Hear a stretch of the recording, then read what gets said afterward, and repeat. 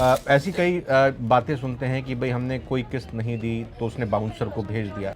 लेकिन होता क्या प्रैक्टिकली, लोग सोचता है कि हमने ईएमआई नहीं दिया है तो सबसे बड़ा कल्प्रिट हम हो गए। और जो बाउंसर या इस तरह की कोई कहते हैं कि गुंडा तत्व को जो भेज देते हैं वहां पे डराने धमकाने के लिए, तो क्या अधिकार एक कंज्यूमर को मिलते हैं? जो इलीगल एक्शन थ्रेटनिंग हम्म। नहीं कर सकता, वो पब्लिक हम्म। ह्यूमिलिटेशन नहीं कर सकता, फैमिली को हम्म। हरासमेंट नहीं कर सकता, हरास नहीं कर सकता। क्योंकि जो इंडस्ट्रियल लोन होता है ना, उसके साथ लोगों का हम्म। इमोशन अटैचमेंट नहीं होता, लेकिन होम लोन के साथ लोगों का इमोशन अटैच होता है।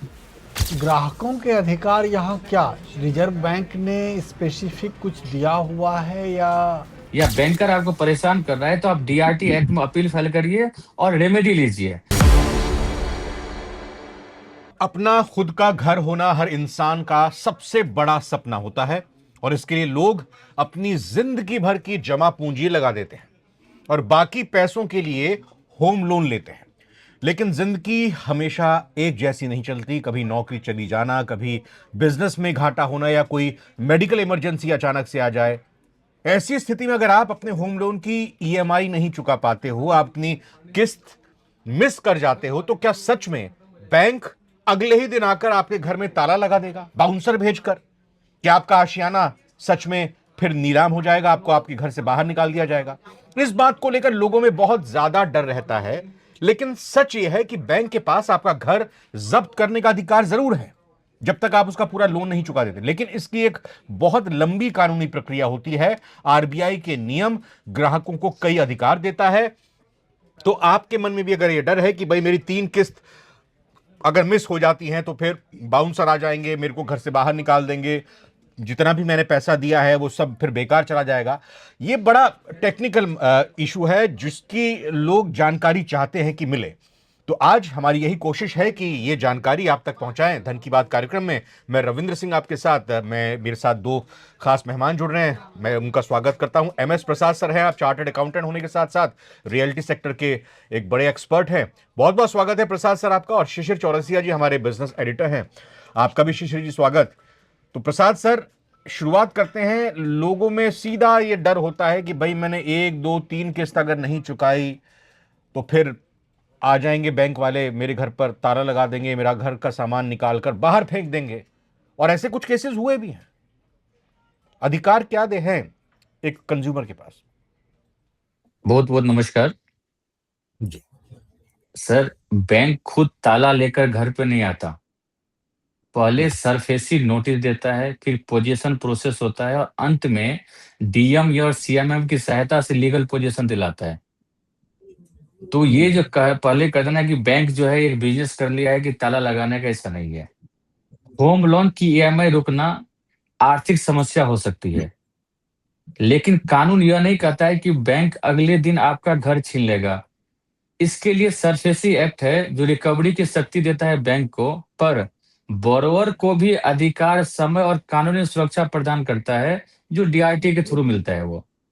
हम्म। और केवल बैंक का अधिकार क्षेत्र रिकवरी का अधिकार क्षेत्र नहीं है, वो पूरा ड्यू प्रोसेस फॉलो करेगा, आरबीआई की गाइडलाइंस प्रोसेस करेगा। ह्यूमन डिग्निटी उससे भी बड़ा होता है, जो लीगल ऑब्लिगेशन होता है। फिर नोटिस देगा, अपॉर्चुनिटी ऑफ बीइंग हर्ड देगा, जो नेचुरल जस्टिस होती है। और डीआरटी रेमेडी के बाद ही, पूर्ण प्रक्रिया होने के बाद ही, या तो उस प्रॉपर्टी को ऑक्शन करेगा या हम्म। उसको ओटीएस वन टाइम में सेटलमेंट करेगा, या जो भी सेटलमेंट होती है वो चीज करेगा। तो ये कहना है कि बैंक जो है आपके 3 ईएमआई बाउंस कर गए, बैंक आ गई, ऐसा नहीं। उसका एक प्रोसेस होता है, सेटअप प्रोसेस होता है, जिसमें कानूनी रूप से बैंक को दो दो लॉ है इसके रिगार्डिंग में, मैं धीरे धीरे आपको बताऊंगा। ऐसी कई बातें सुनते हैं कि भाई हमने कोई किस्त नहीं दी तो उसने बाउंसर को भेज दिया। ऐसे प्रैक्टिकली सर हुआ है इस तरह की चीज़ें? इसी को मैं जोड़ता हूं क्योंकि आप कानून के भी जानकार हैं और टैक्स के भी जानकार, आप एक्सपर्ट हैं। कार को लेकर भी जो जो जो मूवेबल एसेट्स होती हैं, अगर वो ईएमआई पर परचेज करता है, उसमें अगर बाउंस हो जाती हैं तो उसमें क्या प्रावधान है? और जो बाउंसर या इस तरह की कोई कहते हैं कि गुंडा तत्व को जो भेज देते हैं वहां पे डराने धमकाने के लिए, तो क्या अधिकार एक कंज्यूमर को मिलते हैं? आप रिकवरी एजेंट की बात कर रहे हैं। जी जी। जो रिकवरी एजेंट होती है अपॉइंटेड बाय द बैंक्स होते हैं, उनके अधिकार क्षेत्र में क्या क्या आता है, क्या क्या नहीं आता है, मैं बता देता हूँ। हम्म, उसके अधिकार में एक तो पोलाइट कम्युनिकेशन करेगा हम्म, वो रिमाइंडर कॉल करेगा आपको, हम्म, सेटलमेंट का डिस्कशन करेगा। हम्म, 3 मेजर काम है उसका। वो पोलाइट कम्युनिकेशन करेगा, कोई अब्यूसिव लैंग्वेज मैं और क्या नहीं करेगा वो भी बताता हूँ। पहला मैंने बोला कि हम्म, पोलाइट कम्युनिकेशन करेगा, रिमाइंडर कॉल करेगा और सेटलमेंट की बात करेगा वो अलाउड है हम्म, उसको, क्योंकि हम्म, बैंकर उसको पैसा रिकवर करने के लिए भेजा है। वो हम्म, बैंक अपना रेपुटेशन खराब करने के लिए नहीं भेजा है उसको। हम्म, क्या क्या उसके अधिकार क्षेत्र में नहीं है, जो इलीगल एक्शन, थ्रेटनिंग नहीं कर सकता वो, पब्लिक हम्म, ह्यूमिलिटेशन नहीं कर सकता, फैमिली को हम्म, हरासमेंट नहीं कर सकता, हरास नहीं कर सकता, लेट नाइट हम्म, को कॉल नहीं कर सकता वो, सोशल मीडिया प्रेशर नहीं डाल सकता, फिजिकल फोर्स नहीं कर सकता वो। अगर वो ऐसा करता है तो आपके पास रेमेडी है, आप आरबीआई को कंप्लेन कर दीजिए, बैंक को कंप्लेन कर दीजिए, पुलिस कंप्लेन कर दीजिए, सिविल डैमेजेस भी पॉसिबल हो सकता है तो आप शूट कर सकते हो उसके अगेंस्ट में। अच्छा। लेकिन होता क्या प्रैक्टिकली, लोग सोचता है कि हमने ईएमआई नहीं दिया है तो सबसे बड़ा कल्प्रिट हम हो गए। अरे हमने ईएमआई हम्म, नहीं दिया है तो हमने तो कोलेक्टर प्रॉपर्टी दिया है ना उसको। अगर हमने हम्म, प्रॉपर्टी लिया है तो कोलेक्टर ले लेगा वो अपना मेरे से। हम्म, क्योंकि जो सरफेसी एक्ट है या डीआरटी एक्ट है वो हमेशा कोलेक्टरल बेस होता है। जो सिक्योर्ड हम्म, लोन है उसी पे इसकी बात होती है, जो अनसिक्योर्ड है उस पे बात नहीं होती है। तो ये जितने हम्म, लोन दिया आपने सिक्योर्ड लोन दिया है, एसेट्स बेस्ड है। आप जो कार की हम्म, बात होता है, कार सर मूवेबल एसेट्स है। हम्म, मूवेबल एसेट्स है, वर्थ कम होता है, तो मूवेबल एसेट्स के केस में कोई अटैचमेंट नहीं होती है लोगों को। तो उस केस में वो हम्म, जा करके आपको रिमाइंडर देता है, सब कुछ करने के बाद वो ले जा सकता है। घर नहीं ले अच्छा। जा सकता, घर एक इमोशनल अटैच ओके। होती है, ठीक है। और तो वो ऐसा वो इमूवल चीजें होती है, तो उसको ऐसे नहीं कर सकता है जब आ जाए जो ठीक है कल से ताला मार दिया आपको नहीं अलाउ करोगा। देखिए हम हमेशा हम्म, बोलते हैं कि बैंक हमारा बिजनेस करने के लिए बैठा है, न कि हमारा घर को बाय बैक करने के लिए। हम्म, मैं पहले ही बोला था, फिर से बोलता हूँ, बैंक सीधे घर नहीं लेता। पहले हम्म, आपका लोन एसएमए कैटेगरी मतलब स्पेशल मेंशन कैटेगरी में जाता है, जहां बोरोवर को हम्म, सुधार करने का मौका दिया जाता है कि आप हम्म, एसएमए से उसको रेगुलराइज करिए। हम्म, देखिए रिकवरी का अधिकार एब्सोल्यूट नहीं है, बैंक को भी कॉन्स्टिट्यूशन, सरफेसी प्रोसीजर और ह्यूमन डिग्निटी का पालन करना ही पड़ता है। अच्छा, एक बार अगर सपोज कीजिए कि रिकवरी में केस चला गया, मतलब 3 EMI नहीं पे की, उसके बाद वो प्रोसीजर स्टार्ट हो जाता है, सेटलमेंट फिर हो जाता है, सेटलमेंट हो जाता है, मतलब जो डिफॉल्टर है वो अपना बता देता है कि भाई मैं कष्ट में था, दुख में था, नौकरी चली गई थी, या घर पर शादी थी, या इलाज में कहीं खर्चा हो गया, वो अपना पेमेंट जो भी था इंटरेस्ट वगैरह दे देता है। आगे चलकर 4-5 साल बाद फिर कुछ इस तरह की कोई दिक्कत आती है, क्योंकि तो होम लोन तो भाई 15-20-25 साल तक का पूरा मामला रहता है। तो अगर आगे चलकर फिर उसके बाद कोई 4-5 साल बाद कोई समस्या आ जाती है और इसी का है कि 3 वो डिफॉल्ट कर देता है, तो क्या और मजबूत अधिकार हो जाते हैं बैंक के उस लोन लेने वाले के खिलाफ, या तो सेम ही प्रोसेस चलेगा अगर नंबर्स बढ़ते हैं इस केस के? देखिए कोई भी क्राइम होता है ना, तो कोई सीरियल क्राइम नहीं कर सकता। हर हम्म, क्राइम का ऐसा नहीं है कि आपने 4 रेड लाइट क्रॉस किया है तो 5वां रेड लाइट पे जो बंदा बैठा है ट्रैफिक पुलिस ने चारों का ऐड करके आपसे लेगा, नहीं। आपने जिस रेड लाइट को क्रॉस किया उस रेड लाइट का चार्ज लेगा वो आपसे, और जिस टाइप का इंसिडेंट किया उस रेड लाइट पे उसी टाइप का चालान काटेगा आपका, हम्म, ठीक है। तो बोरोवर के पास प्रोटेक्शन है, देखिए। और बोरोवर किस किस केस में डीआरटी जा सकता है, जो डीआरटी में बार बार बोल रहा हूँ कि बोरोवर के फेवर की चीज है। बोरोवर जब इलीगल पोजीशन लेने के लिए आता है बैंक, तो उसके अगेंस्ट में जा सकता है। अगर हम्म, कोई रॉन्ग आउटस्टैंडिंग अमाउंट दिखा रखा है बैंक ने, उसके अगेंस्ट में जा सकता है। इम्प्रॉपर ऑक्शन कर रहा है वो, ऑक्शन का वैल्यूएशन सही नहीं कर रहा है, उस केस में जा सकता है। कोई आरबीआई का हम्म, वैल्यूएशन क्या है तब जा सकता है डीआरटी में। वैल्यूएशन डिस्प्यूट अगर है, जैसे बैंक बोलती है कि आपका 50 लाख का है, मैं बोलता हूँ सर ये 17 लाख का है, तो उस केस में भी आप हम्म, डीआरटी में जा सकते हैं। अच्छा। इवन कि आपके पास तो उसके अलावा भी है, आप हम्म, हाई कोर्ट भी जा सकते हैं, लेकिन पहले डीआरटी रेमेडी एग्जॉस्ट हो जाएगा, तभी हम्म, एक्सेप्शनल केस में ही आप आर्टिकल 226 है जो रीट के थ्रू, जो रीट मेंटेनेबल है, उसके थ्रू आप हाई कोर्ट जा हम्म, सकते हैं। लेकिन पहले डीआरटी रेमेडी में एग्जॉस्ट होने के बाद ही आप हाई कोर्ट जा सकते हैं। मैं हम ये चाहेंगे कि उदाहरण के तौर पर अगर आप समझाएं सर कि कोई एक एक्स कंज्यूमर है, उसका एक घर है, उसने लोन लिया है और उसकी किस्त अगर मिस होती हैं तो क्या सिचुएशन आती है और फिर उसके पास क्या अधिकार हैं, वो कैसे इसकी भरपाई कर सकता है, कैसे अपने घर को जाने से रोक सकता है, थोड़ा एक उदाहरण के तौर पर सर। देखिए, आज के डेट में घर सभी को चाहिए और इवन कि अभी जो प्रेजेंट सरकार है वो भी हाउसिंग फॉर ऑल के लिए उस मुहिम में लगी हुई है, इंफ्रास्ट्रक्चर डेवलप कर रही है। मैं आपको एक थोड़ा-सा डेटा देना चाहता हूँ, बाकी आपके क्वेश्चन पे आता हूँ। हमारी अभी जो पोर्टफोलियो है, जो होम लोन और आउटस्टैंडिंग लोन का पोर्टफोलियो है, वो पोर्टफोलियो करीब जो है आपका 30 से 35 लाख करोड़ का है। जो अच्छा। अगले 5 साल में वो 80 लाख करोड़ का होने वाला है वो पोर्टफोलियो। हम्म। और वो पोर्टफोलियो में होम लोन जो है, होम लोन पे जो एनपीए का रेट है, वो बहुत ही कम है, 3 से 4% है। वो एनपीए क्या होता है मैं बताता हूँ। क्योंकि जो इंडस्ट्रियल लोन होता है ना, उसके साथ लोगों का इमोशन अटैचमेंट नहीं होता, लेकिन होम लोन के साथ लोगों का इमोशन अटैच होता है। लोग एट द 11th आवर तक पूरा प्रयास करता है कि हमारा जो घर जिसके अगेंस्ट हमने लोन लिया है ना, घर हमारे हाथ से बैंक ना लेके जाए।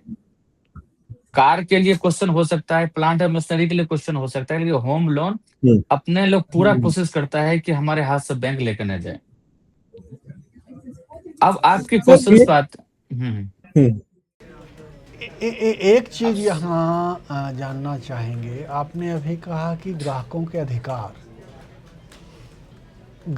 के अधिकार यहाँ क्या रिजर्व बैंक ने स्पेसिफिक कुछ दिया हुआ है या कानूनन सरफेसी एक्ट से मिला हुआ है अधिकार? देखिए, मैं एक-एक करके करता हूँ। इसमें 3 एक्ट की इन्वॉल्वमेंट है। एक तो आरबीआई के रूल्स क्या कहते हैं, जो बैंकिंग लॉ में आरबीआई का रूल क्या कहते हैं, उस पे मैं चर्चा करूँगा। सरफेसी एक्ट क्या बोलती है, उस पे चर्चा करूँगा और डीआरटी एक्ट क्या बोलती है, उस पे मैं चर्चा करूँगा। आरबीआई सिंपल बोलती है कि आपने अगर किसी को लोन दिया है, तो लोन रिकवर करिए।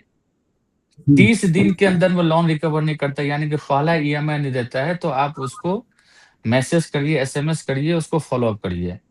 फिर सेकंड ईएमआई यानी कि 30 से 60 दिन के अंदर वो नहीं देता है, तो आप रिटेन नोटिस दीजिए उसको, जो भाई तू अपना ईएमआई जमा करो। फिर भी अगर वो नहीं देता था तो थर्ड मंथ हो जाता है उसका। तो थर्ड मंथ में 90 दिन यानी कि 3 महीने में जब क्रॉस हो जाएगा, उसके बाद आरबीआई बोलता है कि आपका 3 ईएमआई मिस हो चुका है, तो ये एनपीए के कैटेगरी में आ जाएगा। यानी कि किसी का जनवरी का अगर ईएमआई पहला उन्होंने पे नहीं किया, जनवरी वेट करेगा, फरवरी में भी आपने पे नहीं किया तब भी वेट करेगा, मार्च में भी आपने पे नहीं किया, तब आरबीआई बोलती है कि 1 अप्रैल को इसको एनपीए डिक्लेयर कर दो। तो उस लोन को एनपीए डिक्लेयर कर दिया जाएगा। जैसे एनपीए डिक्लेयर आ जाएगा होगा, तो बैंक का रोल वहीं तक था। अब बैंक क्या करती है, सरफेसी एक्ट के थ्रू उसको नोटिस देगा। क्योंकि सरफेसी एक्ट क्या बोलता है कि जब एनपीए हो जाएगा तभी मुझे याद करना, उससे पहले सरफेसी के पास नहीं जाते हैं। अच्छा, सरफेसी एक्ट है क्या? सरफेसी एक्ट ये बताती है आपको कि जो बैंक में सरफेसी एक्ट 2002 में आया इंडिया में। पहले बैंक को किसी भी लोन रिकवर करने के लिए आपको सूट प्रोसीजर से जाना पड़ता था, जुडिशियल प्रोसीजर फॉलो करना पड़ता था, उसमें बहुत समय लगते थे। तो स्पेशली बैंक को उसके मॉर्गेज प्रॉपर्टी को प्रोटेक्ट करने के लिए, लोन रिकवर करने के लिए 2002 में सरफेसी एक्ट को लाया गया।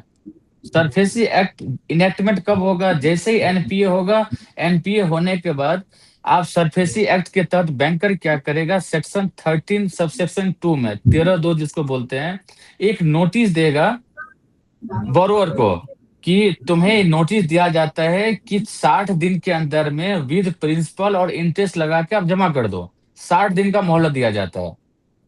अब 60 दिन का मोहलत दिया जाता है, उस केस में बोरोवर क्या करेगा? बोरोवर या तो उस पैसा पे कर दे, या बोरोवर बोलेगा कि सर आपने जो नोटिस दिया ना, वो नोटिस सही नहीं है, प्रॉपर नहीं है, वो आरबीआई रूल्स के अकॉर्डिंगली नहीं है, आपने जो लोन अमाउंट शो किया है, जो इंटरेस्ट अमाउंट शो किया है, वो प्रॉपर नहीं है, आपने ज्यादा दिखा रखा है। तो उसके लिए रिप्रेजेंटेशन जो है ना, बोरोवर देगा बैंक को सेक्शन 13(3)(a) में कि सर आपने जो नोटिस दिया है 13(2) में, वो प्रॉपर नहीं है। फिर उसके बाद बैंक जो है उस पर रिप्लाई देगी और 60 दिन का टाइम है तो बैंक वेट करेगी 60 डेज का। अगर 60 डेज में बोरोवर ने पेमेंट नहीं दिया तो बैंक उस केस में सिंबॉलिक पोजीशन के लिए सेक्शन 13 सब सेक्शन 4 में 13(4) में हम्म नोटिस देगा बोरोवर को कि भाई तुम पैसा नहीं दिया 60 दिन, 60 दिन तेरा लैप्स हो चुका है। अब हमारे पास एक ही रेमेडी है कि मैं तेरा फिजिकल पोजीशन लूंगा, जिसको सिंबॉलिक पोजीशन बोला जाता है। हम्म जैसे सिंबॉलिक पोजीशन का लेटर हुआ तो आपको अलर्ट हो जाना है, जो बोरोवर है उसको अलर्ट हो जाना है। देखिए अभी तक आपने 90 दिन सोए हुए थे, 90 दिन के बाद फिर 60 दिन का टाइम दिया आपको, तब भी सोए हुए थे। लेकिन जब 13(4) का दिया ना नोटिस आपको, तो आपको बिल्कुल हम्म जग जाना चाहिए, क्योंकि उसके पास आपके पास रेमेडी जो है ना बहुत कम मिलेगा। तो उस 13(4) के अगेंस्ट में आप क्या करेंगे, डीआरटी चले जाएंगे। डीआरटी में जाकर के अपील फाइल करेंगे अंडर सेक्शन 17 में। डीआरटी डेप्ट रिकवरी एक ट्रिब्यूनल है जो बोरोवर को एक प्रोटेक्शन मिलती है कि अगर हम्म आपको सरफेसी एक्ट में कोई सफर कर रहे हैं, आप सरफेसी एक्ट से आप परेशान हो रहे हैं या बैंकर आपको परेशान कर रहा है, तो आप डीआरटी एक्ट में अपील फाइल करिए और रेमेडी लीजिए। लेकिन रेमेडी का मतलब ये नहीं है कि आपका पूरा लोन वेव कर दिया जाएगा। यहाँ एक चीज जानना चाहेंगे, बैंक ने सरफेसी एक्ट से फिजिकल वहाँ कब्जा ले लिया, तो जो मकान में रह रहे हैं उसको क्या निकाल देगा बैंक? नहीं सर, सर एक मिनट, अभी सिंबॉलिक पोजीशन के लिए बोल रहा है बैंक। जो देखिए आपने सिंबॉलिक 90 दिन पोजीशन टाइम में दे। क्या मकान में रहने वाले को निकाल देगा, सामान वामान बाहर फेंक देगा? नहीं सर, ऐसा नहीं करेगा, कभी नहीं करेगा, नेवर दे डू दैट। वो क्या करेगा, सिंबॉलिक अच्छा। पोजीशन में सेक्शन 13(4) में देगा। ये देखो फाइनल रिमाइंडर दे रहा हूँ, सेक्शन 13(2) में मैं आपको दिया था कि भाई आप पेमेंट दे दो, 60 दिन का टाइम आप सोए रह गए। अब 13(4) लास्ट चांस देता हूँ आपको, आप मुझे सिंबॉलिक पोजीशन के रूप में ले लूंगा या तो पेमेंट दे दो आप। तो जी। आपके पास सेटलमेंट करने के लिए आप डीआरटी के पास जाएंगे, डीआरटी को बोलेंगे सर मेरी जॉब नहीं थी या मेरा बिजनेस नहीं चल रहा था, मैं इनके जो अप्लीकेशंस आए 13(4) में सिंबॉलिक पोजीशन में मैं सेटलमेंट करना चाहता हूँ। तो जब हाँ। सेटलमेंट करने के लिए जाएंगे तो एक एडवांटेज क्या मिलता है बोरोवर को, क्योंकि देखिए बैंक भी चाहता है कि हमारा लिटिगेशन में नहीं जाना है। तो समटाइम्स ये देखा गया है कि जो इंटरेस्ट कंपोनेंट है ना उसको वेव कर देता है बैंक। जी। तो जब डीआरटी में जाते हैं तो थोड़ा सा फेवर ये हो जाता है, डीआरटी को बोलते हैं कि सर मुझे कुछ टाइम दे दिया जाए या मुझे रीस्ट्रक्चरिंग कर दिया जाए या वन टाइम सेटलमेंट करवा दिया जाए, सो दैट इनका पेमेंट मैं कर दूंगा। तो डीआरटी उसके अकॉर्डिंगली उसके जो फिजिकल पोजीशन का जो सिंबॉलिक पोजीशन था उसको स्टे कर देती है। अगर डीआरटी आपके फेवर में नहीं है तो उस केस में फिजिकल पोजीशन के लिए बैंक जो है आपको सेक्शन 14 में, सेक्शन 14 में जाकर के एक एप्लीकेशन मूव करेगा डीएम को। डायरेक्ट फिजिकल पोजीशन नहीं लेगा, बैंक ऐसा नहीं है ब्रांच से निकला चले जाएगा। उस सेक्शन 14 में वहां के जो रिस्पेक्टिव डीएम होंगे या सीएमएम होंगे उसको एप्लीकेशन मूव करेगा, और डीएम जो है उसको प्रोटेक्ट करते हुए बैंकर को बोलेगा जो हाउस होल्ड है उसको खाली करने के लिए, खाली करने हम्म के लिए भी टाइम दिया जाएगा। और उसको ऐसा नहीं है सुबह गए या रात में गए, ऑफिशियल आवर में जाएगा, ऑफिशियल आवर में प्रॉपर इंटीमेट करने के बाद उसको घर से निकाला जाएगा। तो अच्छा। बैंक बैंक को भी ड्यू ड्यू कंप्लेंस करना ही है, 90 दिन का वेट करना है, फिर 60 दिन का वेट करना है, फिर डीआरटी के मैटर पे वेट करना है, उसके डायरेक्शन के हिसाब से फिर डीएम को एप्लीकेशन देगा सेक्शन 14 में, उसके बाद डीएम के डायरेक्शन के बेस पे ही उसको इवैक्यूएट किया जाएगा। और डीआरटी ने कोई समाधान दे दिया तो डीआरटी ने कहा कि ठीक है, ये इतना इंटरेस्ट जो है बीच में जो लैप्स हुआ इतना दे के तुम मुक्ति पा जाओ, तब क्या वो बच जाएंगे? सर वो डीआरटी तो सेटलमेंट के लिए ही है, डीआरटी क्या है, डेप्ट रिकवरी ट्रिब्यूनल ही है। अगर जी। डीआरटी का डीआरटी में हर केस नहीं जाता, जो 20 लाख से ऊपर होता है केस वही जाता है। और मैं अच्छा। एक आपको बता दो आंकड़ा, सरफेसी एक्ट के थ्रू जो रिकवरी हो रही है ना वो करीब 31.5% हो रही है, ओके। और डीआरटी के थ्रू रिकवरी हो रही है केवल 15 से 16% हो रही है।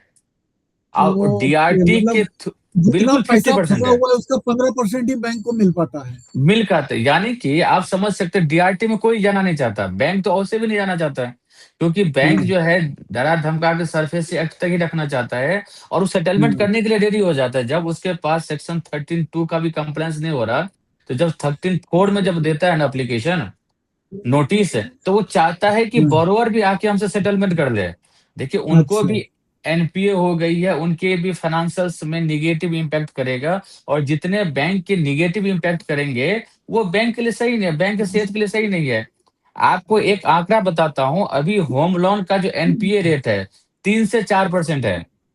हम्म। ऑल दो 3 से 4% बहुत कम है, बाकी लोन की अपेक्षा में होम लोन पे कम है एनपीए रेट, बिकॉज कोई भी जो भी बोरोवर है ना, वो इमोशन अटैच होता है होम लोन से। वो कभी नहीं चाहता है कि हमारा घर किसी ऑक्शन में चला जाए। इवन कि ऑक्शन के टाइम से पहले भी उसके पास लास्ट अपॉर्चुनिटी रहता है, या तो ऑक्शन में चले जाओ, या खुद उस बिल्डिंग को सेल करके जितना लोन है वो लोन वाले को पे कर दो, और उससे एक्स्ट्रा अमाउंट है वो आप खुद रख लो। क्योंकि जब बैंकर के हाथ में ऑक्शन दे देंगे तो बैंकर तो वैल्यूएशन के बेस पे सेल करेगा। हम्म। पास एवरी स्टेप में अपॉर्चुनिटी है, हाँ, लेकिन हम्म। आप इग्नोर नहीं कर सकते। अगर कोई नोटिस आता है सेक्शन 13(2) का, या 14 का, या 13(4) का, तो ये मत समझिए उसको पर्ची बना करके हवा में एरोप्लेन की तरह उड़ा दीजिए। आपको सीरियसली नोटिस को केयर टेकर की तरह केयर करना पड़ेगा। अच्छा, यहाँ एक चीज और जानना चाहेंगे। जी सर। हमने इस तरह की एक स्टोरी की थी, उस पर एक पाठक की प्रतिक्रिया आई थी। हम्म, मान लिया जाए किसी व्यक्ति का ईएमआई डेट है 5 तारीख या 10 तारीख, और हम्म, 5-10 तारीख तक वो नहीं पे कर पाया, और उस महीने की 30 तारीख या 31 तारीख, जो भी महीने का अंतिम कार्य दिवस हो, उसमें वह पे कर दिया, तो क्या उस पर पेनल्टी लगेंगे, इंटरेस्ट लगेगा, या उसको माना जाएगा कि उन्होंने समय पे दे दिया ईएमआई?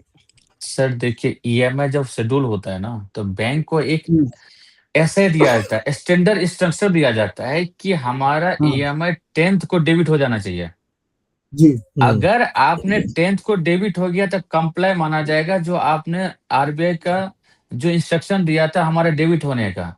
अगर हम्म। 10th की जगह 11th को आप आरटीजीएस के मोड में करते हैं, एनईएफटी के मोड में भी करते हैं ना, तो वो भी आपको सिविल को इम्पैक्ट कर देगा। ओके। तो आपको तो जो वो क्या शेड्यूल डिफॉल्ट डेट माना है, जाएगा? 11 को बिल्कुल हम करते हैं, 10th का शेड्यूल्ड है, 11th को करते हैं, तो वो ए, डिफॉल्ट माना जाएगा? करेक्ट सर, डिफॉल्ट इसलिए माना जाएगा क्योंकि आपने क्या किया है, जो साइड इंस्ट्रक्शन दिया था ना, आपने इंस्ट्रक्शन फॉलो नहीं किया। अब दो तरह का डिफॉल्ट हो गया, ये सिविल में आपको इम्पैक्ट करेगा। सिविल इम्पैक्ट का ये करेगा कि आपने लोन का पेमेंट तो किया है, बट टाइम पे पेमेंट नहीं किया, प्रॉपर मोड में अच्छा। पेमेंट नहीं किया है। हाँ। लेकिन वो अच्छा एनपीए के सर। कैटेगरी में नहीं आएगा, वो एनपीए के कैटेगरी में नहीं आएगा, क्योंकि आप तो पेमेंट तो दे रहे हो, शेड्यूल में नहीं हाँ। दे रहे हो, जो एक्सेप्ट मोड है उस मोड में ना करके अदर मोड में दे रहे हो, हाँ। तो वो सिविल को इम्पैक्ट करेगा। अच्छा, सिविल खराब हो जाएगा। सिविल खराब हो जाएगा आपका। ओके। और और सर आप सवाल ये बताइए सर, बताइए। Complete.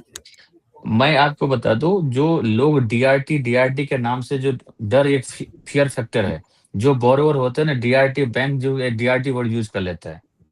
SARFAESI act banker protection के लिए, और डीआरटी जो है ना बोरोवर प्रोटेक्शन के लिए है।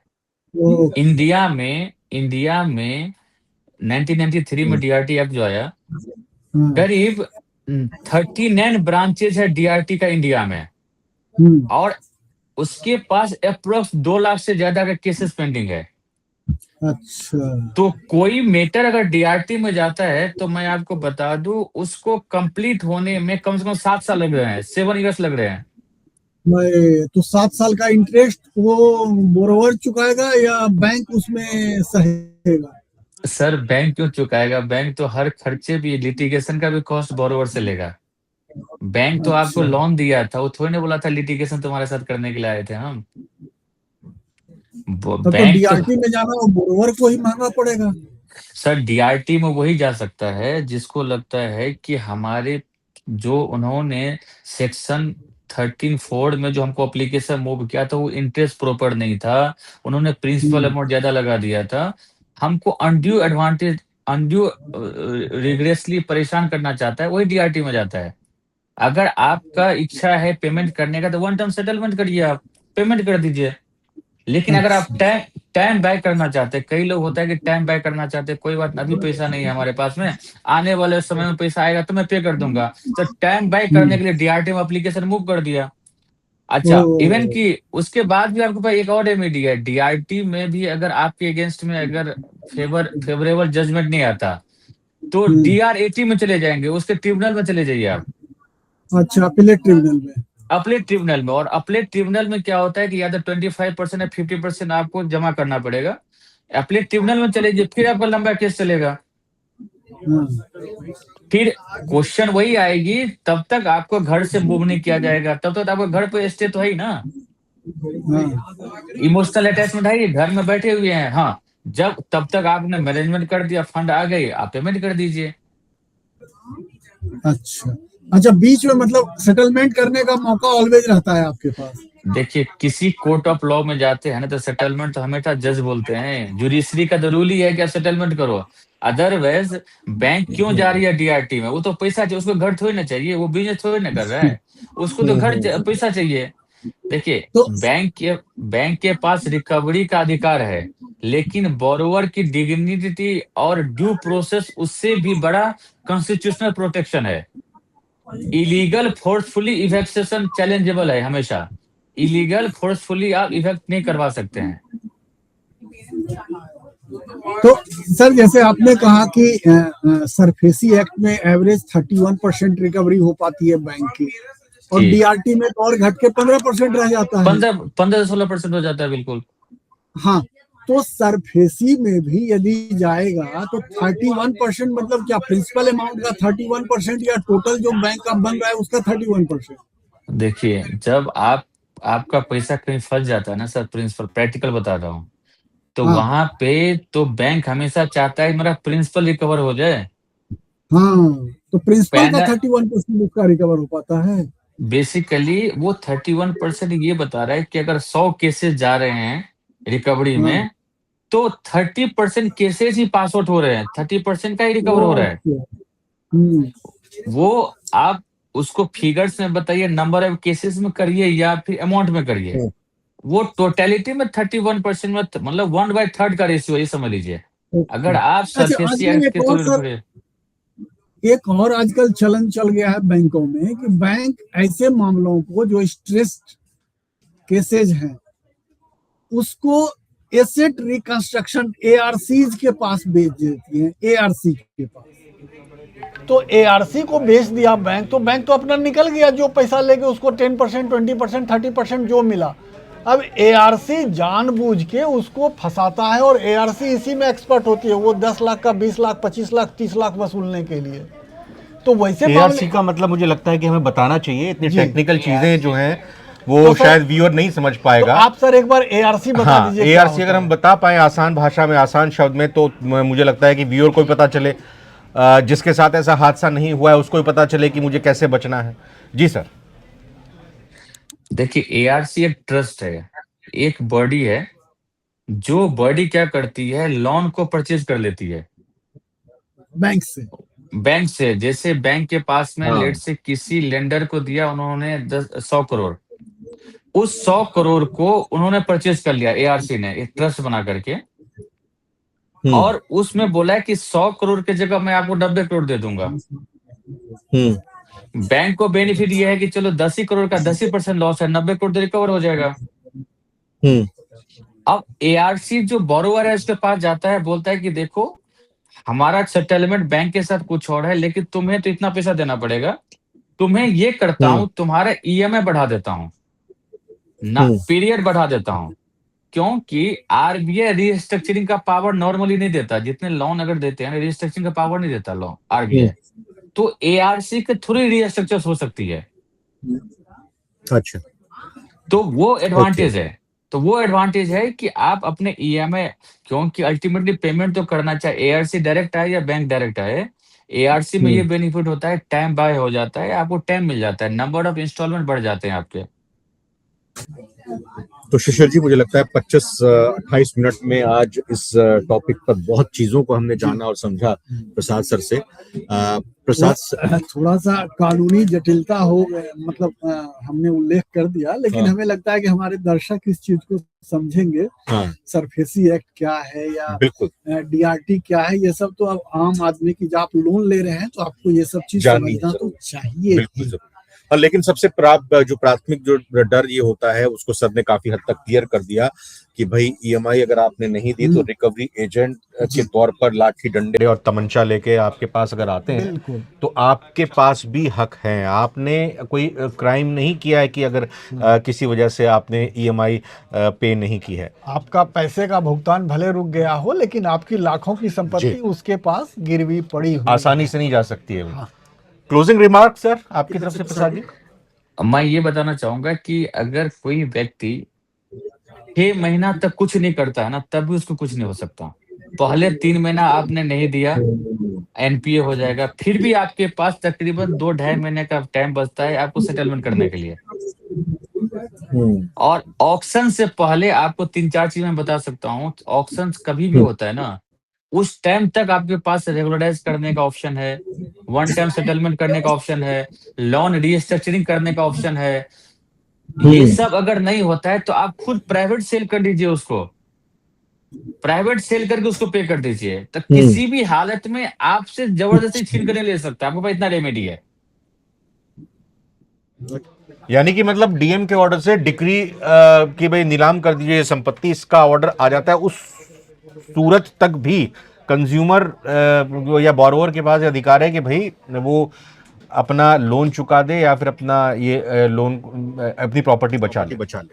सर, हमारे जुडिशरी में तो ये बोला जाता है ना, फांसी भी दिया जाता है, लास्ट इच्छा पूछा जाता है ना, तुम्हारा लास्ट इच्छा क्या है? तो लास्ट इच्छा सर मुझे को घर दिला दो। तो ठीक है, घर ले लो, इनका जितना इंटरेस्ट है पेनल्टी पे कर दो। मतलब बैंक हर आसानी से आपका हड़प नहीं सकता। ठीक है, हाँ, ये नहीं ले सकता सर। वो देखिए, बैंक बिजनेस करने के लिए बैठा हुआ है। इवन उसके बुक्स में जितना एनपीए दिखेगा उसके लिए भी वो डेंट है। तो मैं लास्ट में बिल्कुल जी सर जी, लास्ट में यही बोलना चाहूंगा, जो लोन डिफॉल्ट अंत नहीं है। सही समय पर संवाद, रीस्ट्रक्चरिंग, लीगल अवेयरनेस और टाइमली एक्शन से कई परिवार अपना घर बचा सकते हैं। जागरूक बोरोवर ही सबसे बड़ी सुरक्षा है। आप जागरूक रहिए, घर बचा रहेगा आपका। और सबसे बड़ी बात कि भाई ऐसी नौबत ना आए, लेकिन कोई मुसीबत बताकर तो आती नहीं है। लेकिन हमारे इस हाँ। डिस्कशन का उद्देश्य ये नहीं है कि आप पैसे रहते हुए ईएमआई समय पर ना भरें। हाँ बिल्कुल, समय पे भरिए, लेकिन ईश्वर न करे आपके कभी ऐसे दिन आए कि आप समय पर नहीं भर पाए ईएमआई, 3 ईएमआई नहीं भर पाए, तो आप ये भी मत सोचिए कि बैंक आएगा और आपका घर नीलाम कर देगा। आपके हाथों में ढेरों कानूनी जी। ऑप्शन है। प्रसाद सर बहुत बहुत शुक्रिया करना चाहूंगा। शिशिर जी आपका भी बहुत बहुत धन्यवाद। धन की बात का आज का एपिसोड आपको कैसा लगा? प्रॉपर्टी और रियलिटी सेक्टर से जुड़ी हुई किस टॉपिक पर आप चाहते हैं कि हम प्रसाद सर से बातचीत करें? कमेंट में अपनी राय जरूर रखिएगा। फिलहाल बहुत बहुत धन्यवाद, शुक्रिया, नमस्कार।